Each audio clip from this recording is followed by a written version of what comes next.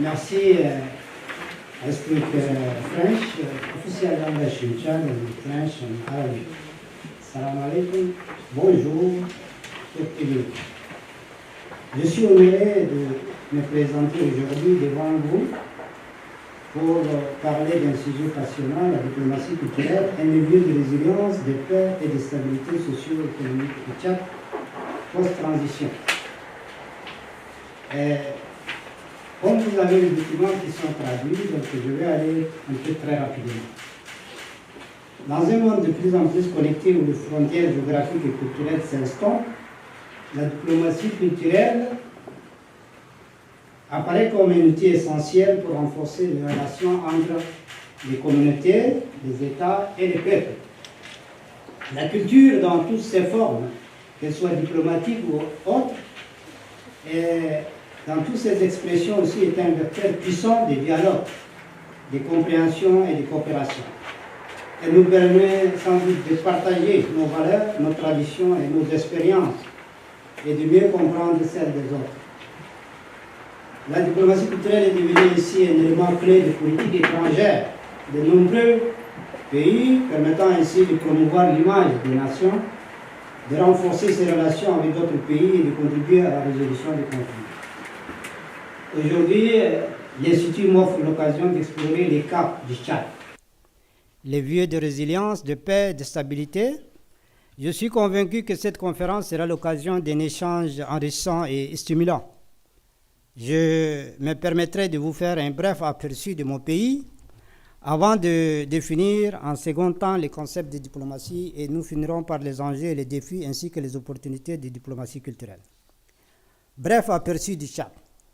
Peut-être pour ceux qui ne connaissent pas encore le Tchad est à 1 284 000 km² et il est caractérisé par des frontières à l'est par le Nigeria et le Niger, à l'Afrique centrale il y a le Cameroun et l'ACA, à l'est le Soudan et enfin l'Afrique du Nord, la Libye. La position géographique du Tchad fait qu'elle est à l'origine des diversités culturelles, linguistiques et écosystèmes naturels, les déserts, la savane, la forêt, ainsi que des modes de vie qui varient d'une région à une autre, dont les plus marquants sont le nomadisme pastoral et l'agriculture sédentaire avec des défis de coexistence qui sont inhérents à ce genre de situation. Le Tchad est indépendant le 11 août 2060. Son régime politique est présidentiel. Le pays est membre, bien entendu, de l'ONU, de la CEMAC, etc., de toutes les institutions régionales et sous-régionales.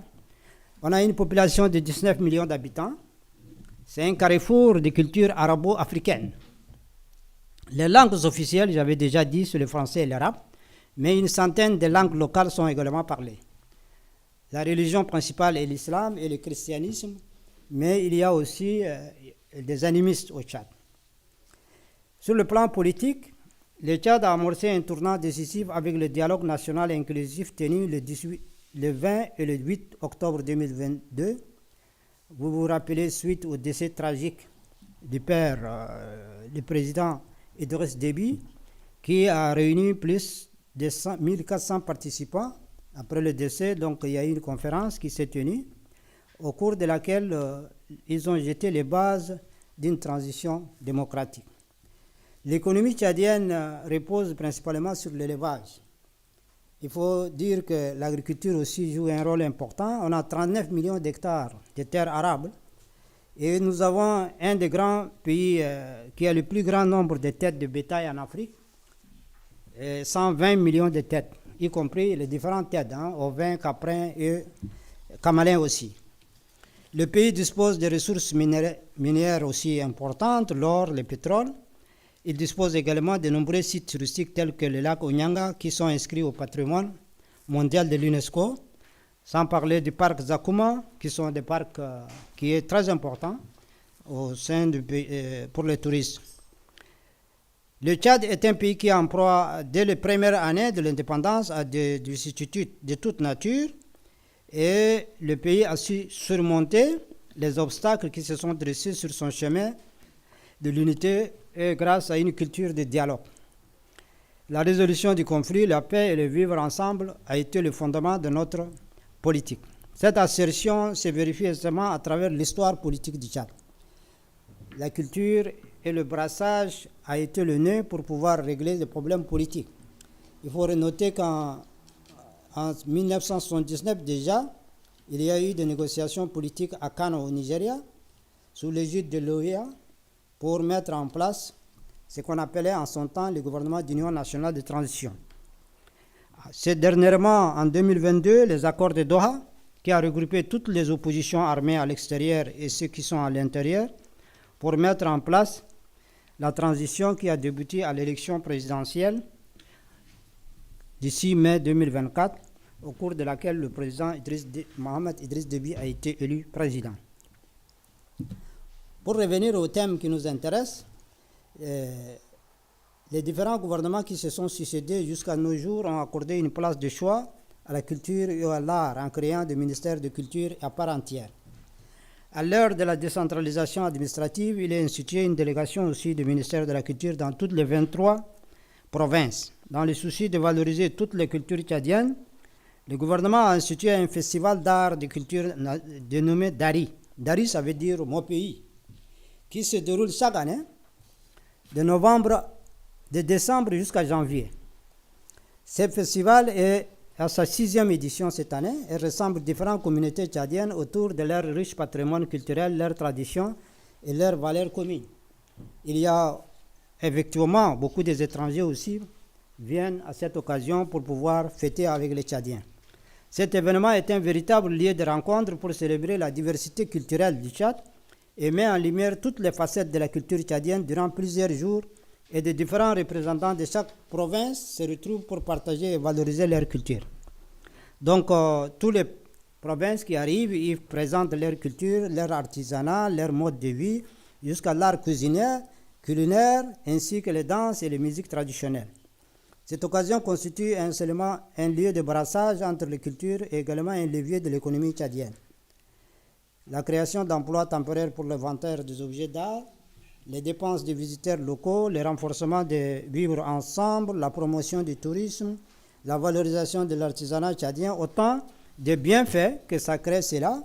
En plus du festival d'Ari, le gouvernement n'a pas raté une occasion pour faire connaître sa culture et ses arts à travers les grandes manifestations culturelles et artistiques et cinématographiques à travers le monde tels que le FESCAPO, événement d'envergure du cinéma tchadien où le Tchad a été invité d'honneur cette année, au cours de cette année, à Ouagadougou. Des programmes de promotion des langues et des arts traditionnels, des compétitions interrégionales et d'expositions contemporaines tchadiens démontrent la diversité de la culture du Tchad. La mise en valeur des patrimoines nomades et des traditions sahariennes, partagées avec d'autres pays, peut devenir un terrain d'entente diplomatique et construire un pont avec les pays limitrophes. Plusieurs sites touristiques sont identifiés pour être inscrits dans le patrimoine culturel de l'UNESCO et le Tchad sollicite le soutien des autorités allemandes. Il faut noter que pour l'inscription de l'AC, Onyanga, l'Allemagne a joué un des rôles principaux pour cette inscription. C'est pourquoi, pour le reste aussi, le gouvernement tchadien sollicite l'appui des autorités allemandes. Sur le plan bilatéral et multilatéral, le Tchad entretient de solides relations culturelles à travers ses représentations diplomatiques à l'extérieur avec de nombreux pays et des organisations internationales en charge de la culture telles que l'UNESCO et l'ICESCO. Au sein de la plupart des missions diplomatiques, il est créé un poste de conseiller culturel qui a pour vocation, bien entendu, de promouvoir l'art, le patrimoine, les expressions culturelles tchadiennes à travers les actions diplomatiques, éducatives et artistiques. Établir et entretenir des relations avec les institutions culturelles, artistiques et éducatives du pays de résidence, musées, instituts, universités, centres culturels. Organiser et appuyer les manifestations culturelles en mettant en valeur l'image et la richesse culturelle du Tchad. Cette année, le 23 août, nous avons célébré ici aussi avec le festival Torasna. Ce sont des chanteurs tchadiens qui étaient venus et nous avons organisé cette fête ensemble dans le souci de promouvoir la diplomatie culturelle. Appuyer la mobilité des artistes, chercheurs et étudiants tchadiens dans le cadre du programme de coopération des bourses, contribuer à la diplomatie d'influence du Tchad en valorisant son image culturelle. En conclusion, je voudrais dire que les pratiques ancrées dans la culture tchadienne peuvent inspirer le processus démocratique moderne et aider à surmonter les tensions post-transition. Le Tchad revient de loin après plusieurs décennies de guerre grâce à des cultures ancestrales de dialogue, de résolution de conflits et des mécanismes de médiation et de réconciliation, n'attend que le soutien de tous les partenaires sans exception pour la mise en œuvre du programme politique du chef de l'État afin de bâtir une nation riche et prospère. À cet effet, j'invite tous les pays amis, partenaires financiers, hommes d'affaires, instituteurs, publics et privés à prendre part à la table ronde du haut niveau sur le financement du plan national de développement qui se tiendra à Abu Dhabi en novembre, du 7 au 8 novembre 2025. Je vous remercie.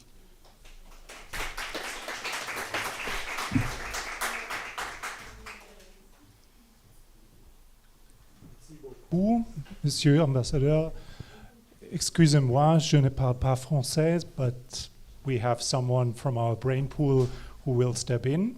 So you are free to either ask questions in French, and with the help of one of us, we will get it translated, or you can ask the question and she helps to translate it to the ambassador. You want to be first? French or English? Then go ahead. Will you translate? We speak French with Cameroon. Excellence, Monsieur l'ambassadeur, bon après-midi. Merci. Et à toute votre équipe qui vous accompagne. Premièrement, j'aimerais saluer les relations diplomatiques excellentes qui existent entre le Cameroun et le Tchad. C'est un... There are excellent... Okay.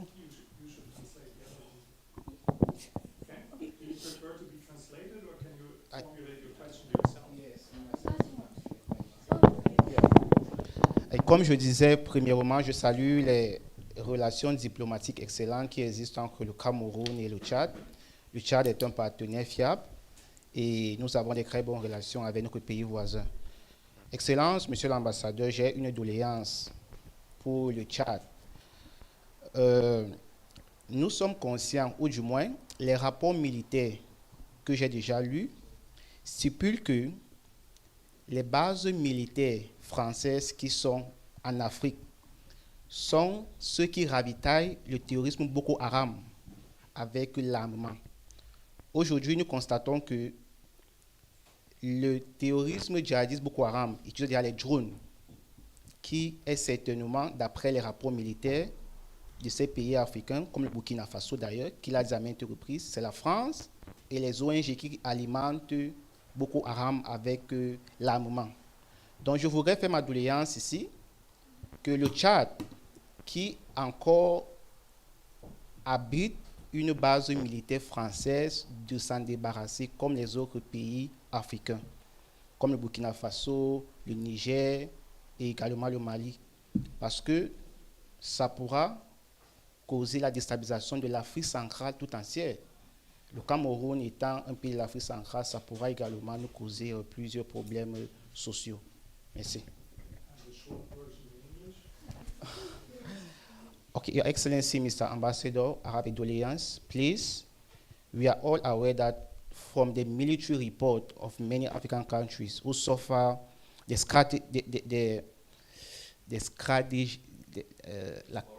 scourges of Boko Haram, says that France military in Africa that the one causing or that the one giving military support to Boko Haram terrorists. So I'm pleading, since Cameroon is a neighboring country with Chad, and Chad have a military base, I'm pleading your country to take away the military base in Chad so that we can be more ensure that we have security in Central Africa. Thank you. Très rapidement, je vais répondre. Merci d'abord de saluer la coopération entre deux pays amis, frères, qui partagent presque 1200 kilomètres de frontières. D'ailleurs, la semaine passée... Ok. Donc, je remercie notre frère camerounais avec qui nous partageons une frontière de 1200 km. D'ailleurs, Thanks for highlighting the relationships and friendships between Cameroon and the Chad. who shares a long border. D'ailleurs, notre ministre de la Défense, la semaine passée, a signé un accord avec le ministre de la Défense du Cameroun dans les questions sécuritaires. Our defense ministry signed with Cameroon not a contract, but Le Cameroun et le Tchad ont signé un accord de coopération militaire. Military cooperation accord between the Chad and Cameroon. Mais vous, malheureusement, vous n'êtes pas à la page. Le Tchad, depuis janvier de l'année passée, a fait partir ses bases sur l'ensemble du territoire ont été enlevées. But the Chad, since last January, get rid of that military base in this territory. Nous n'avons aucune base au Tchad militaire de quelque pays que ce soit. We don't have any foreign military based in Chad. Pour ce qui concerne le rapport que vous recevez, ça, moi, malheureusement, en tant que diplomate, je ne reçois pas. Qui est en train de faire quoi? Je n'en sais pas. But as a diplomat, I'm not aware of everything, of who's doing what everywhere. Merci. Je ne sais pas si j'ai Thanks. répondu. Hein, si vous êtes... Moi, j'ai juste vu les déclarations. Je n'ai pas vu une action concrète venant du gouvernement tchadien. Depuis... Certainement, je ne suis pas en page, comme vous le dites. Voilà, vous n'êtes pas là. J'ai juste vu les déclarations du président Idriss Déby, mais les actions concrètes comme le Niger, le Burkina Faso, j'en ai pas vu. Merci. Renseignez-vous. Okay, thank you, Mr. Ambassador. I think I just read the declaration that was done by the President of Chad, but concrete action I have not heard it, I have not seen it, I have not get information about that. Thank you. Further questions? Now you're intimidated by the language barrier. Merci, Monsieur l'ambassadeur. Moi, j'ai une très simple question. Est-ce qu'il y a un avenir démocratique pour le Tchad? Parce que nous avons vu une succession entre père et fils. Et voilà, malheureusement, la norme en Afrique. Pouvez-vous nous dire s'il y a vraiment une succession démocratique au Tchad? Je suis du Ghana et mon nom, c'est Harold. Merci. Il est d'où? So sorry, the question is, do we really have a democratic succession or culture in Chad? The norm in Africa is that father passes the throne or the presidency to son. We've seen that in a number of countries. Can we say the same thing for Chad, where we know there was elections or not? I'm not too sure. But can we say that Chad is a truly democratic society? Thank you. Bien, merci. Je ne sais pas ce que signifie la démocratie pour les uns et les autres, mais je sais que le 6 mai, le peuple tchadien est élu. The governor, the president of Chad is elected. So I don't know what democracy means for one or for another person, but Lors d'une élection libre, transparente, qui a été reconnue par l'ensemble des institutions internationales. the Chad government is recognized by all the international organizations. C'est la réponse que je peux vous donner. This is the answer. Another question from anyone? If that is not the case, join me in a round of applause, both for His Excellency and our spontaneous